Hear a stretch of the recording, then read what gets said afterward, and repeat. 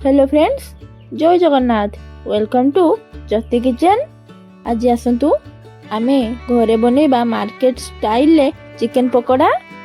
आसतु video को start करिबा। मु एठी हाफ केजी रो चिकन नै छी, ताको भला भाबे सफा करी सेथिरे हळदी गुंड आउ लूण पके नउची स्वाद अनुसार।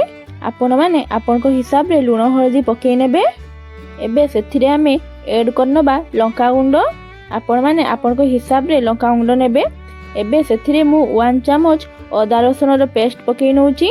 एबे सेथिरे ऐड करनबा गरम मसला पाउडर। आपण माने को पाखरे जहा भी गुंड मसला थिबो आपण माने पके पारिबे। सेथिरे मु ऐड करनउची चिली सॉस एवं टमाटो सॉस। आपण माने चाहिले टमाटो सॉस एवं चिली सॉस को स्किप भी करि पारिबे। चिकन रे सॉस पकेले जाई पकोड़ाटी बहुत टेस्टी बनिबो।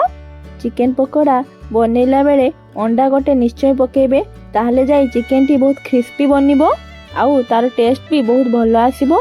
एबे हमें एही अंडा को आउ जहा भी मसला पकेइथिले हमें ताको भलो भाबे मिसेइ नबा चिकन सहित। चिकन को एही मसला सहित आपण माने 2 रु 3 मिनिट पर्यंत भलो भाबे मिसेइ नेबे। एबे देखंतु 2 रु 3 मिनिट परे मु सेथिरे ऐड करनउची कॉर्नफ्लोर। आपण माने आपण को हिसाब रे कॉर्नफ्लोर नेबे। एठी कलर हवा पई मु एठी फूड कलर भी ऐड करची। आपण माने चाहिले स्किप भी करि परिबे। एबे से सब को भलो भाबे मिसेइ नबा चिकन सहित। आपण माने थरे एही परी प्रोसेस रे घरे निश्चय बनातु चिकन पकोड़ा।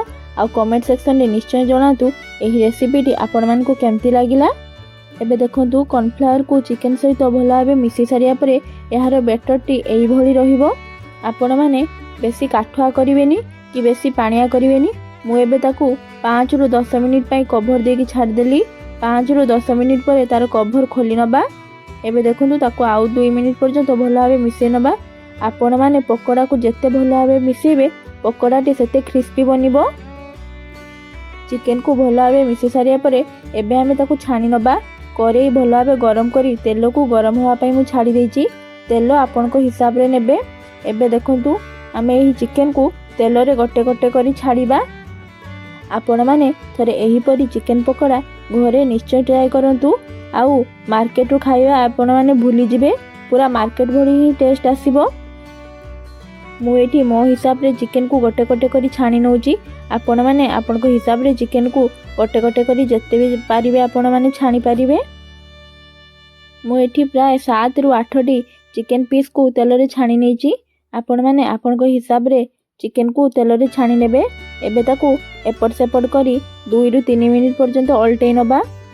एबे देखंतु चिकन को आमे एही भली भाबे 5 मिनिट पर्यंत तेल रे छाड़ी देबा, जहा फल रे कि चिकन भलो भाबे हेई पारिबो आउ भलो भाबे सिझी भी पारिबो। एबे देखंतु एठी हमर चिकन पूरा परफेक्ट भाबे हेई गलानी आउ तार कलर भी चेंज हे आसिलानी। एबे देखंतु चिकन पकोड़ा हमर पूरा परफेक्ट भाबे बनी गलानी। एबे ताको आमे छोणा साहाय्य रे तेल रु भलो भाबे पकोड़ा को छाणी आनिबा। मोर जदि एही वीडियो टी आपण मान को भलो लागि थाए तेबे लाइक शेयर सब्सक्राइब निश्चय करंतु। आउ ऑल नोटिफिकेशन ऊपर क्लिक करी पाखरे थिबा बेल आइकन को दबाई दियंतु। ऑल नोटिफिकेशन ऊपर क्लिक कले जाई मु जेतिकी भी नुआ नुआ वीडियो अपलोड करिवि सर्वप्रथमे आपण मान को पाखरे पहुंची जिवो। एबे देखंतु आमर पूरा परफेक्ट भाबे बनिगला चिकन पकोड़ा पूरा मार्केट स्टाइल ले। आपण माने थरे एही परी चिकन पकोड़ा घरे निश्चय ट्राई करंतु। आ कमेंट सेक्शन रे निश्चय जणांतु एही रेसिपी टी आपण मान को केमिति लागिला। पुणी देखा हबो नेक्स्ट वीडियो रे। रहुची नमस्कार, जय जगन्नाथ।